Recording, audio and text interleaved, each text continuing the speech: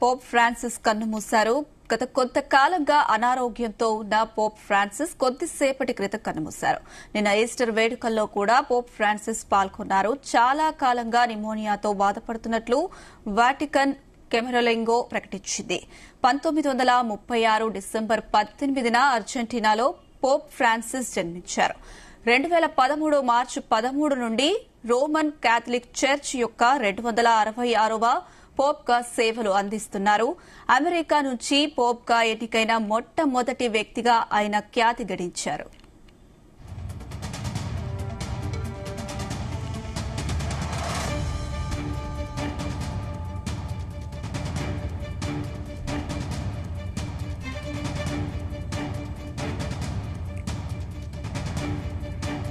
Pope Francis 2025 ఫిబ్రవరి మార్చిలో రోమ్లోని Gemelli ఆసుపత్రిలో 38 రోజుల పాటు బైలాటరస్ న్యూమోనియాతో బాధపడ్డారు.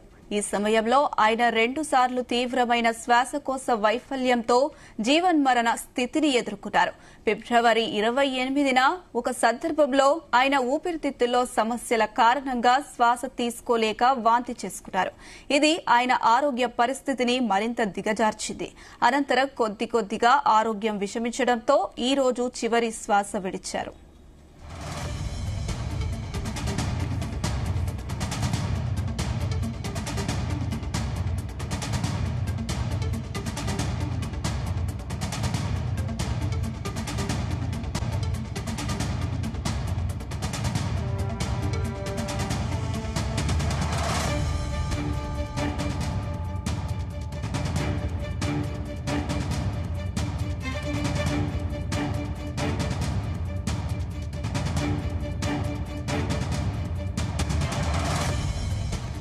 ఇదే అంశానికి సంబంధించి మనతో పాటు మాట్లాడడానికి రాజమండ్రి నుంచి RCM church pastor Manoj Kumar గారు మనతో పాటు ఉన్నారు. మనోజ్ గారు, హలో మేడం, చెప్పండి మేడం. పోప్ ఫ్రాన్సిస్ కన్నుమూశారు. గత కొంతకాలంగా అనారోగ్యంతో ఉన్న పోప్ ఫ్రాన్సిస్ కొద్దిసేపటి క్రితం కన్నుమూశారు. దీనికి సంబంధించి ఏం చెప్పాలనుకుంటున్నారు? పోప్ ఫ్రాన్సిస్ సర్వమానవాళికి, ముఖ్యంగా కథోలిక క్రైస్తవ ప్రపంచానికి ఒక జ్ఞాన తండ్రి వంటి వారండి. యేసు ప్రభు స్థానంలో పునీత పేతురు గారు, ఆయన వారసత్వంలో 266వ పోపు గారిగా 2013 మార్చి 13న నియమితులై ఇప్పటి వరకు తన సేవలు అందించారు. 88 సంవత్సరాల పోపు ఫ్రాన్సిస్ ఈ రోజు ఉదయం 7:30 గంటలకు తన వాటికన్ పేపల్ హౌస్ లో కన్నుమూశారు. నిజానికి 20 సంవత్సరాల ప్రాయంలోనే తన లంగ్స్ లో ఒక ప్రాబ్లం ఉండడం, లంగ్స్ లో కొంత భాగాన్ని తొలగించడం జరిగింది. అప్పటి నుంచి కొంచెం లంగ్స్ సంబంధిత ఇబ్బందులు ఎదుర్కొంటూ ఉండేవారు అప్పుడప్పుడు. కానీ వృద్ధాప్యంలో తరచుగా బ్రాంకైటిస్, డబుల్ న్యూమోనియాగా మరింత తీవ్ర స్థితికి వెళ్ళింది. ఈయన డిసెంబర్ 17, 1936లో అర్జెంటీనాలో జన్మించారు. మీరు చెప్పినట్లు అమెరికా నుండి ఎన్నికైన మొట్టమొదటి పోపు గారు కూడా ఈయనే అని చెప్పవచ్చు.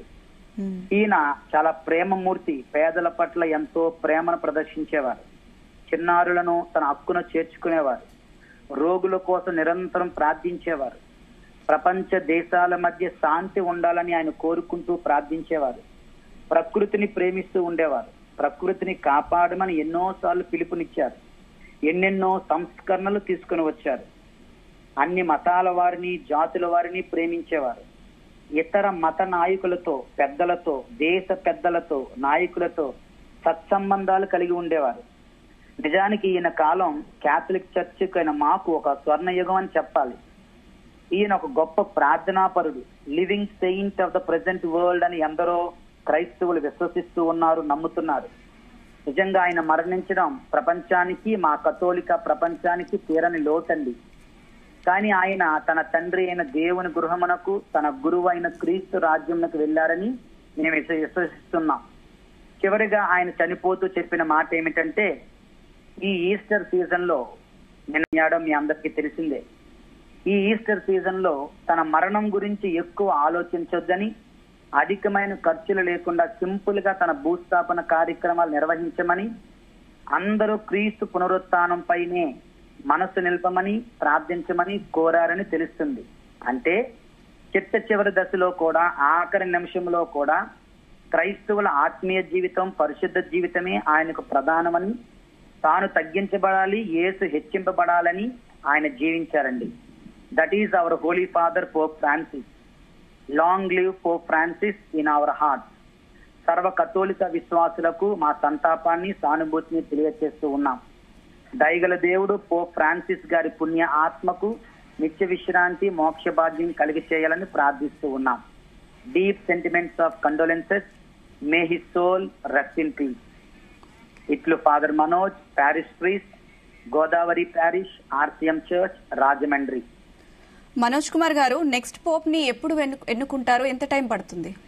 దానికి ఇంకా టైం ఉన్నదండి. ఇదంతా ఈ కార్యక్రమాలన్నీ జరిగిన తర్వాత బహుశా 4 రోజుల కాలంలో తర్వాత పోప్ గారిని ఎన్నుకునే అవకాశం ఉంటుంది. మనోజ్ కుమార్ గారు, అలాగే పోప్ ఫ్రాన్సిస్ చెప్పిన కొన్ని ముఖ్యమైన అంశాలు ఏవైనా చెప్పగలరా? ఆయన తరచుగా కూడా ఈ యొక్క ప్రకృతిని ప్రేమించమని, ఈ యొక్క పొల్యూషన్ తగ్గించమని, మొక్కలను నాటమని చెప్తూ ఉండేవారు. అదే విధంగా అన్ని మతాల వారితో సత్సంబంధాలు కలిగి అన్ని మతాల వారిని కూడా ప్రేమించమని, అందరితో కలిసి జీవించాలని కోరుతూ ఉండేవారు. ప్రపంచంలో ఎక్కడ యుద్ధం జరిగినా మొట్టమొదట ఆయన కుమిలిపోతూ ఉండేవారు. అందరికి క్రైస్తవులందరికీ పిలుపునిచ్చేవారు. అక్కడ యుద్ధం జరుగుతుంది, ఆ మధ్యన రష్యాలో జరుగుతున్నటువంటి యుద్ధం, అక్కడ యుద్ధం జరుగుతుంది, అది యుద్ధం పోవాలి, శాంతి చేకూరాలి అని ప్రార్థిస్తూ ఉండేవారు. ముఖ్యంగా స్ట్రేంజర్స్ ఉంటారు చూడండి, ఒక యుద్ధం జరుగుతున్నప్పుడు వాళ్ళ దేశం నుంచి పారిపోతున్న వాళ్ళు, అటువంటి వారి గురించి ఎక్కువగా ఇతర దేశాల వారు అటువంటి వారిని వెల్కమ్ చేయండి అని చెప్తూ ఉండేవారు. ఎక్కువగా ప్రేమను, క్షమను, ఇతరుల పట్ల క్షమించే భావం కలిగి జీవించమని మా అందరికీ ఆయన గొప్ప ఆదర్శాన్ని ఇచ్చారు. మనోజ్ కుమార్ గారు, పోప్ మృతి పట్ల ఎలాంటి సంతాప కార్యక్రమాలు నిర్వహిస్తున్నారు?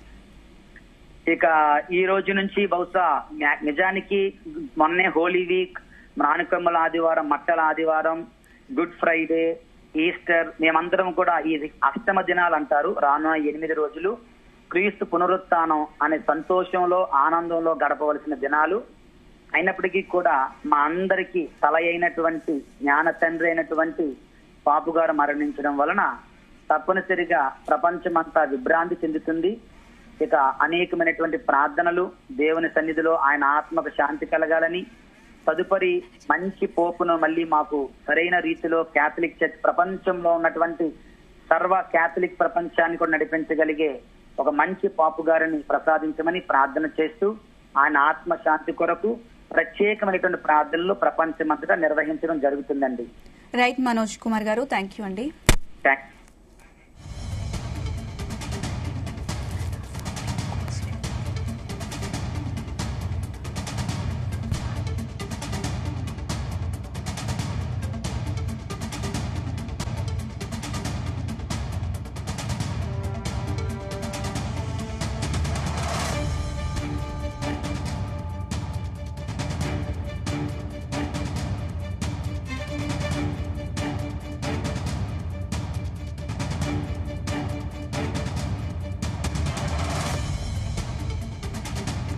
ఇదే అంశానికి సంబంధించి మనతో పాటు మాట్లాడడానికి రావులపాలెం నుంచి ఫాదర్ ఫ్రాన్సిస్ లైన్ లో ఉన్నారు. ఫ్రాన్సిస్ గారు. Father Thomas. హలో ఫ్రాన్సిస్ గారు, పోప్ ఫ్రాన్సిస్ కన్ను మూసారు, మీరు ఎలా స్పందిస్తున్నారు దీనికి సంబంధించి? పోప్ ఫ్రాన్సిస్ గారు కన్ను మూసిన విషయం ఇప్పుడే తెలిసింది. లోకల్ గా ఇక్కడ మా ముస్లిం సహోదరులు ఈ రోజు వాళ్ళు సాలిడారిటీ ఊరేగింపు చేశారు, అంటే వక్ఫ్ చట్టాన్ని ఎత్తివేయాలని చెప్పేసి. దాంట్లో పాల్గొని ఇంటికి వచ్చినప్పుడు ఈ న్యూస్ నాకు అందింది. వినడం, ఆయన ఆరోగ్యం కొంతకాలం నుండి బాగలేదు కాబట్టి మనసులో ఆయన ఆరోగ్యం బాగలేదు కదా, ఏదైనా అవ్వచ్చేమో అనేటువంటిగా భయం మా మనసులో ఉండేది. భయం ఉన్నప్పటికీ కూడా ఈ 12 సంవత్సరాలు ఒక దేవుని యొక్క అంటే మాకు కావలసినట్టుగా ఆలోచనలు, కావలసిన భావజాలాలు, కావలసినట్టుగా దృక్పథాన్ని అందించాలనేట్టుగా ఆనందం మాలో ఉన్నది.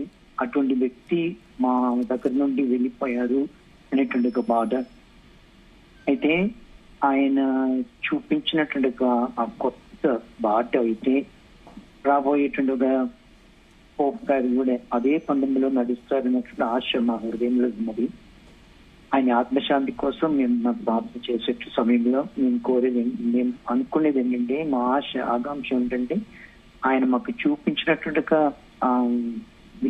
చాలా విలువతో కూడినట్టుగా ఆ పంతాన్ని ఆ బాటని నడిచేటుండగా ఇంకొక పోప్ గారు వస్తారని, పేదలకు చాలా దగ్గరగా ఎక్కడ అన్యాయం జరిగినా దాన్ని ఎదిరించేటుండగా వాయిస్ ఇచ్చేటుండగా పోప్ గారు రావాలని, క్యాథలిక్ చర్చ్ లోని ఒక కొత్త వాయిస్, ఒక కొత్త రూపాన్ని, ఒక కొత్త నడవడిని ఏర్పాటు చేసినట్టుగా పాప గారిగా ఆయన నిలబడిపోతారు. ఆయన యొక్క మార్పుని ఇంకా వచ్చేటుండగా పాప గారు కూడా అదేవిధంగా ఆయన చూపించినటువంటి బాటలో మేము కూడా దృఢంగా నడవాలని ఆశ చూపెట్టుకుంటున్నాం. ఆయన మాకు చిన్న పిలుపు ఏంటంటే, మేము క్యాథలిక్ ప్రీస్ట్ గా ఉంటే ఒక విశ్వాసులకు మేము రిప్రజెంట్ గా ఉన్నప్పుడు మేము కూడా వాళ్ళ యొక్క బాధలో నేను పాలు పంచుకోవాలి, వాళ్ళతో కలిసి ఉండాలి, వాళ్ళ యొక్క జీవితం గురించి ఎప్పుడు ఆలోచించాలన్నట్టుగా పిలుపు ఒక సవాలు ఆయన మా ముందు ఇచ్చారు. మరి అది ఇప్పుడు మాకు ఒక పిలుపుగా నిలబడుతుంది. ఇప్పుడు చనిపోయిన తర్వాత ఆయన ఏదైతే ఉద్దేశించారో, ఏదైతే ఆలోచించారో, ఏదైతే జరగాలని అనుకున్నారో అటువంటి ఒక స్థానంలో ఇంకా మరింత మమ్మల్ని బలపరిచిన స్థానంలో ఉన్నారని నేను అనుకుంటున్నాను. ఆలోచనలు చెప్పండి ఫ్రాన్సిస్ గారు. పోప్ ఫ్రాన్సిస్ మానవాళికి ఎలాంటి సేవలు అందించారు? ఓకే, రైట్, థ్యాంక్ యూ అండి.